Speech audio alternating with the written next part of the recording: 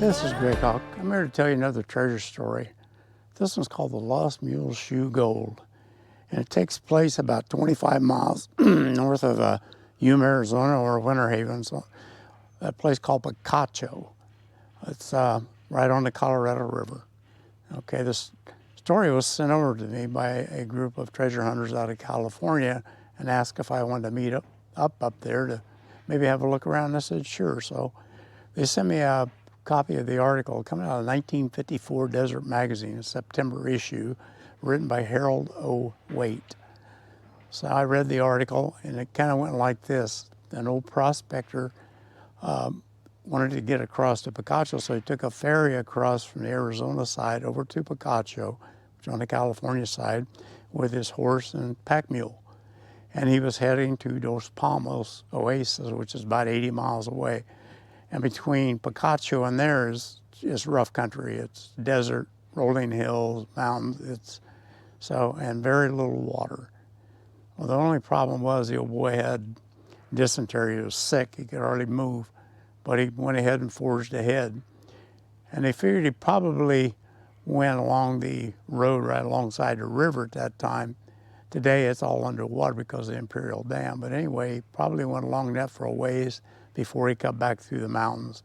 Most possibly Gavilan Wash, up over Indian Pass, down that way, they think. But anyway, after 4.5 hours of him traveling, he was sick. He got off his horse and laid down on the ground. It was like a saddle in between two ridges or higher points. And he laid there for a while, and he felt a little better. He opened his eyes, and he looked over, and it looked like a ledge with gold in it. So he went over, and it was. There was gold kind of laced into this rock. It was falling out below it. It looked like there was nuggets, like plaster gold down below where this ledge was. I'm sure he picked up a few pieces of it. But being as sick as he was, he didn't have the energy or strength to really stack up a lot of rocks for a monument. So he took his vest off, pulled a mule shoe out of his pack saddle, put it on top of his vest, and decided as soon as he got to Dos Palmos and healed up a bit, he'd come back and he'd file a proper claim on that. Well, he did make Dos Palmos, but he didn't get any better. In fact, he kept getting sicker and sicker, so he ended up over in Veterans Hospital called Sawtelle, I believe it was, around Los Angeles. A fellow was visiting him quite frequently named William M. Smith, and they figured that he was possibly related to this prospector, whose name possibly could have been Smith also. Anyway, as time went on, the old prospector told him, he says, hey, I found this ledge. It was about 4.5 hours out of Picacho I'd been riding when I got off my horse and laid down and saw it. And he said, I left my vest and a mule shoe on top of that vest where it is. And I'll sketch you out a map to where I think it's at and give it to you. And if you find it, just send me back enough to make me comfortable. That's all I asked. Well, Smith said, okay, that's fine with him. He'd do that. Well, that was the end of the story on the prospector. The next thing was 1927. Smith goes out there and he buys the Hoge Ranch. Well, the Hoge Ranch had been in operation since around 1875 to early 1900s, and they actually run a ferry across the Colorado River, taking people back and forth. Well, he bought that ranch, it was like 230 or 40 acres, and built him a house and some outbuildings, and moved his family out there in 1927, and stayed out there for around 10 plus years, and his main purpose was to find that ledge. He searched and searched, and at the end of about 10 or so years, they decided to move back to town. He never did find that ledge, but he kept coming out there looking up until 1949, okay? Well, in 1932, Smith ran into a guy named Ed Rochester. Well, Ed was a miner, prospector, was well known in those parts between 1900 and around 1940, and he had a nickname called the Mayor of Picacho. So Ed knew everybody, and Smith told him the story, and went on that Ed saw him again over the years, but the last time he saw him was around 1948, 49, and Smith was still going out there looking for it. And as Harold Waite tells the story, in around 1949, old Smith stopped up at the Gold Rock Ranch, and he knew the people there, and he stayed the night and He had stopped there several times on his way out there to have a look for this treasure. Only the last time he was there, he told me he knew exactly where it was, this, that, and the other. This time he was getting up in years, and they told him, well, just be careful, don't get stuck in the sand out there looking for it. Well, off he went early in the morning. Well, in the afternoon, he never come back, so he went looking. Well, they found him a few miles from the ranch, stuck in a sand. He was trying to make it up a wash to have a look. And so they pulled him out, got back to the ranch, and Smith said, well, I'll be back. Well, that was in 1949. He never did show back up. And they told this story to Harold O'Waite about that time, 1940, 1950, and told him, you can publish this story, but let's wait a couple years and make sure Smith don't come back, because it's kind of his gold.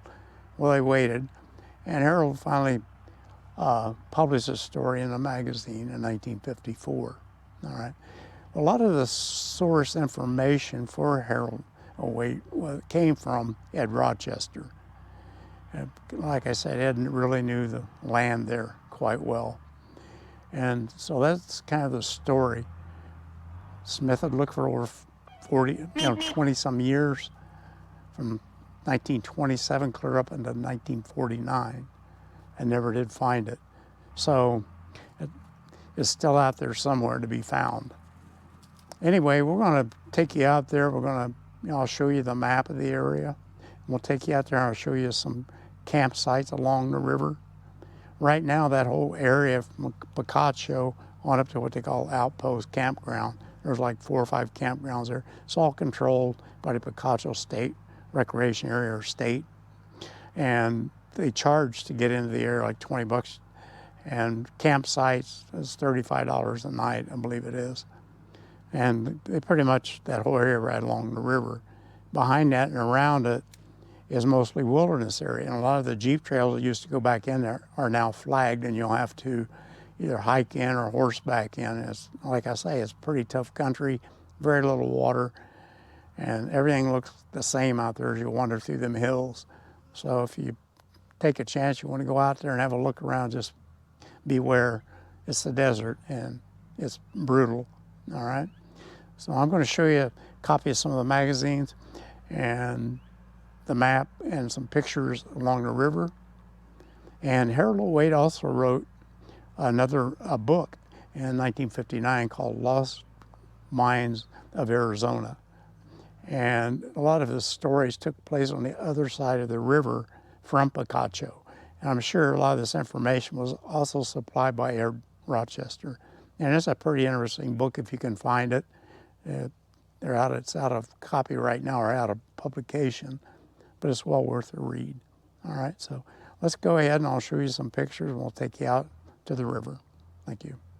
This is the front cover of that 1954 magazine, September issue, and inside of it is the article by Harold O'Waite, Lost Mule Shoe Gold. It's about 4 or 5 pages on that article in that magazine, if you can find it. And this is another book that he wrote, Lost Mines of Old Arizona. It really has some interesting stories, and most of them take place right across the Colorado River on the Arizona side. And there's one of the stories right here, Gold of the Red Cloud Trail, and another one, John Numble's Lost Silver, a story of another lost silver ledge. Also, he wrote a book called Lost Mines of Death Valley. This was 1953, and it is in republication now. Okay, this is looking at the map. This is the road coming in from Winter Haven. Picacho Road, about 22 miles of sand, rough in places. And just before you get to Picacho Campground, the main campground, we turned left and went back around. And I'm going to show you Taylor Campground in a shot. We went on around, and there's a stone monument I'm going to show you. It's for an old prospector's dog. He built a stone monument. And we went on around and ended up at 4S Ranch. The campground is actually out here closer to the river. And across, you can see Hoge Ranch site. That's where the old Hoge Ranch was. And he had ferries somewhere across here, back and forth. Okay, if you go to 4S Ranch, you can go on north and you come to the Outpost Campground right up here. All right. If you come back, you notice these Jeep trails going in here. Well, it's blocked off, and from here on, you'll have to hike back in. All right. If we go back to Forest Ranch and follow this Jeep trail, this is actually goes to Indian Pass, and it'll take you out of there. It's about 7 miles of this before you get up to the top of Indian Pass. If you can see, this is Gavilan Wash, the next one is Para Wash, and you go farther north is Julian Wash, and I think it's about 9 miles from here back to Picacho. So let me go ahead and show you a few takes on some of these campgrounds. While I was out there, I took some shots. Here we go. First stop is Taylor Lake Campground. They have about 4 campsites here. They have an outside facility there, restroom. That's about it. Our next stop is going to be the stone monument alongside the road on our way to the 4S Ranch Campground. This is a monument to a dog, actually. It's a prospector's dog. If you can walk up there and read the inscription on the stone, you can sign your name to the many pages. Other people have been up there looking at it. So it was just a quick stop and look down the river.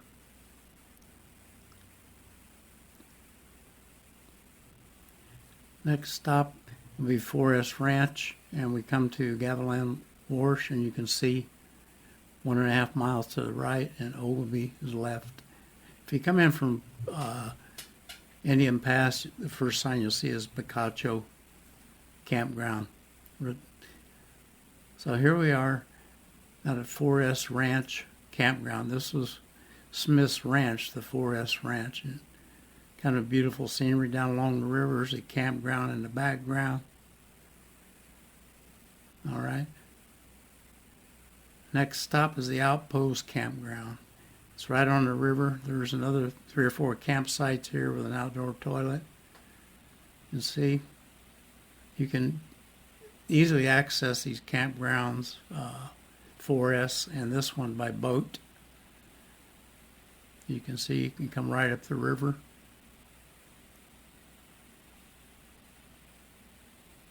I'll take another shot further upstream and look back.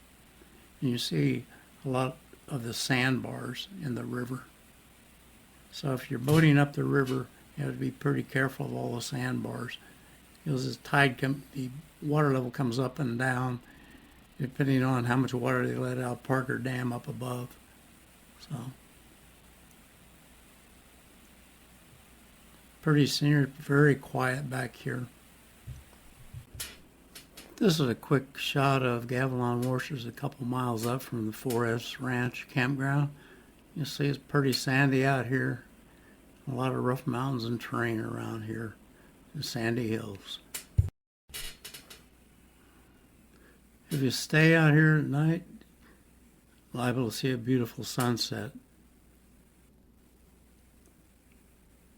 And in the morning when the sun comes up, and grab your cup of coffee, a new day arrives.